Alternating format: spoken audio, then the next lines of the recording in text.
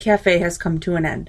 The gunman, identified as Iranian Haron Monis, held at least 13 people hostage since 10 a.m. Monday local time. Several hostages escaped during the course of the day, reportedly making Monis agitated. When several more hostages escaped in the evening and loud bangs were heard from the cafe, armed officers stormed the building and the siege ended. Monis, a self-described cleric who called himself the Brother, first garnered the attention of police when he wrote letters to families of Australian soldiers who fought and died in Afghanistan. He also had an extensive list of criminal activity, including at least 50 allegations of sexual assault, and was charged as an accessory to the murder of his ex-wife. 2 of the hostages were killed: 34-year-old Tori Johnson, who managed the cafe, and 38-year-old Katrina Dawson, a barrister and mother of 3. Monis was also killed. The school lunch guidelines touted by First Lady Michelle Obama are not yielding the results she had hoped. There has been no improvement to the health of school children, and it now appears the rules have created a significant financial burden on school districts. Only 18% of school lunch programs are expected to break even this year, and the School Nutrition Association is hoping for funds from the Omnibus Appropriations Bill.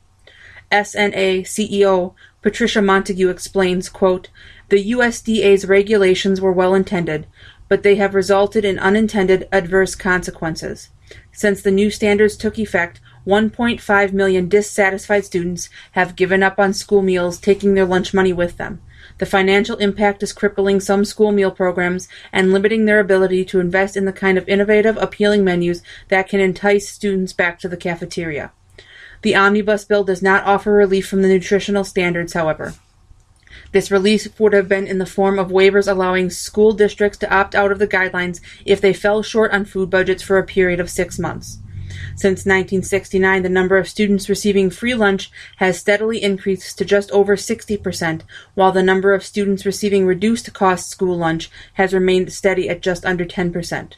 Some schools have begun dropping out of the program, and many have taken to social media to criticize the quality and quantity of those lunches. The program is set to expire next year, opening the door for the House and Senate Republicans to amend the standards. And former President George W. Bush made a low-key surprise visit to the 9/11 Memorial in New York City on Sunday. Hoping his discretion would avoid photo ops, Bush arrived at the memorial around 6 p.m. Sunday evening and, according to reports, he was clearly moved by the museum and its contents. Bush did not mingle with crowds or pose for many pictures, but did shake the hands of Port Authority police officers. This was the former president's first visit to the 9/11 Memorial. This is Amy Curtis with your Vigilant Liberty Radio News from Independent Journal Review for December 16th.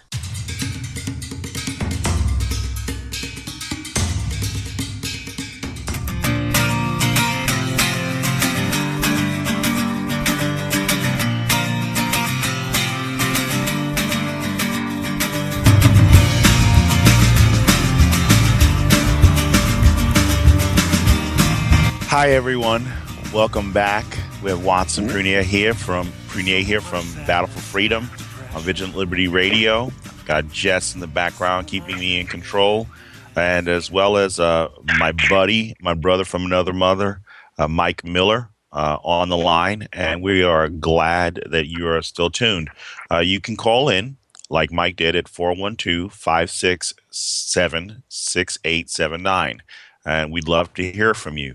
So, before we went to the break, I really appreciate you, Mike, spending the time out to give me that soft admonition and helping me make certain that I do not lump in the likes of a great man like Martin Luther King with someone like Sharpton. I hate calling them Reverend because I think they're far from Jackson, Holder, or Obama. But I think it's really good in what you've shared about how we don't want to desecrate his dream, and we want to lift up the man and actually start bringing into context what was his overall plan, what was his overall goal, his end goal in establishing a peace and unity with blacks and whites. And again, I think you summed it best when you repeated what he said. He wants to be judged by the content of his character, but not the color of his skin. And we've just done a complete role reversal on that because, again, honestly, when we look at the results of 2012 and 2008, uh, it wasn't about the character of the individual. It was completely the color of his skin that allowed this president to become elected. And I don't think that that was the right time to make a monumental decision on electing somebody just because of the color of their skin. We needed to bring in someone who was qualified to get the job done and make certain that America can come out of the recession that we're supposedly in. But now you can see that even Black America is suffering when their unemployment rates have doubled, if not tripled, in many areas around the country. Wait, listen, setting aside Obama, okay, and this guy could have been transformative. Listen, you and I know you, man, and we are brothers from another mother. Um, you and I don't agree with anything, I think, that this guy espouses or believes in, his ideology. And again, I don't care what color he is. We don't agree with leftists, with so-called progressives, with anything they believe in.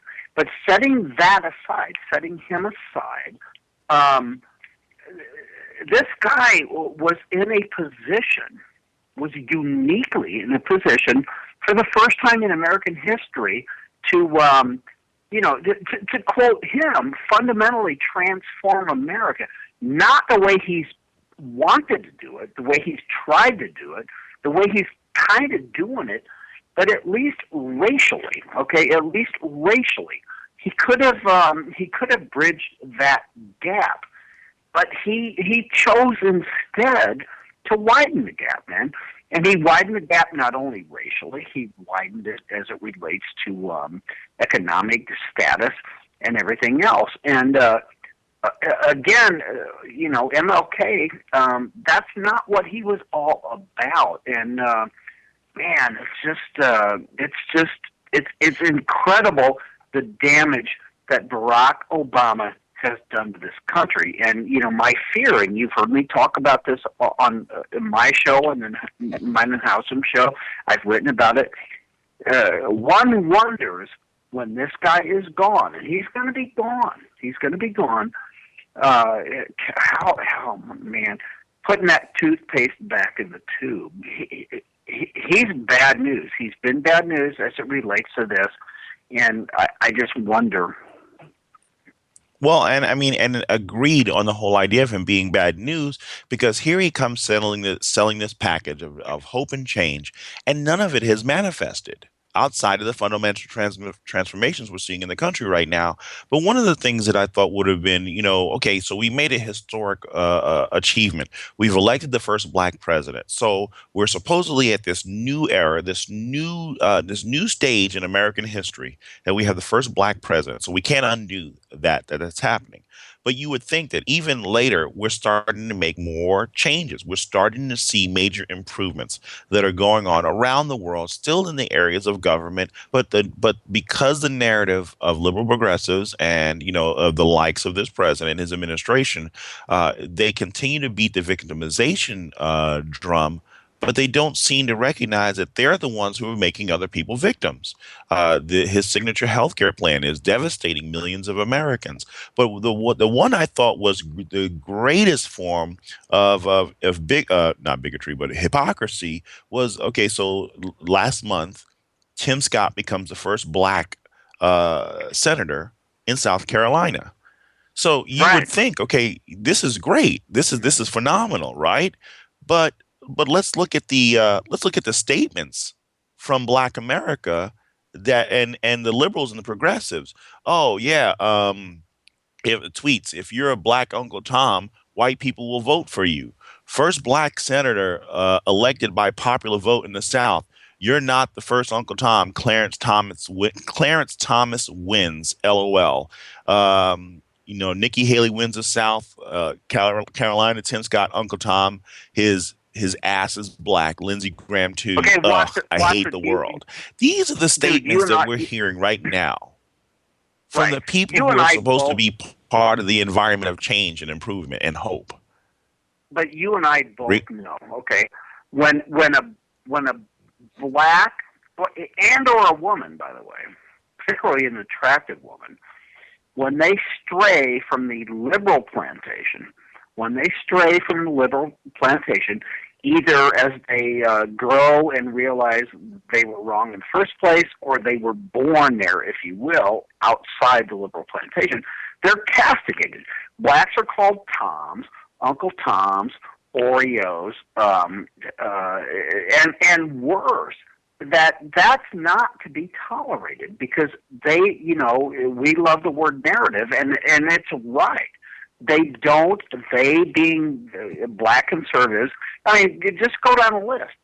Clarence Thomas, Ellen West, Herman Cain. I mean, even moderate conservatives like moderate Republicans like Condi Rice disinvited from speaking on college campuses. You can't be a black and be conservative because you're wrong. You're castigated, you're wrong. Just as you can't be a woman and not be a Democrat. And this is the narrative, dude, on their side. And it's abhorrent to me. I'll take it even one step further. Not only black, not only woman, but now you can't even be a Muslim. And you Oh, can't even be a absolutely. Muslim and be conservative. Do you hear about the guy Omar Mahmoud, who was basically at the University of Michigan?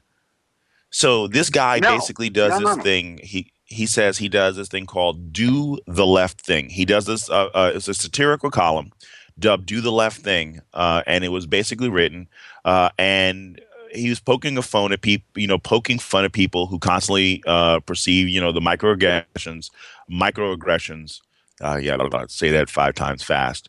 And Right. basically, after doing this, he's getting all these threats. He was fired from the university newspaper. You have a lot of people, just pretty much verbally attacking him, leaving threatening messages for him. And now that there's police investigations as to what's going on. And even now, the guy, because he's chosen to be a conservative in Michigan and a Muslim at that, again, going against the narrative because of the fact you remember the Muslims are the ones who are being attacked by rich white Americans and conservatives, Man, Tea Party man, Bible thumpers.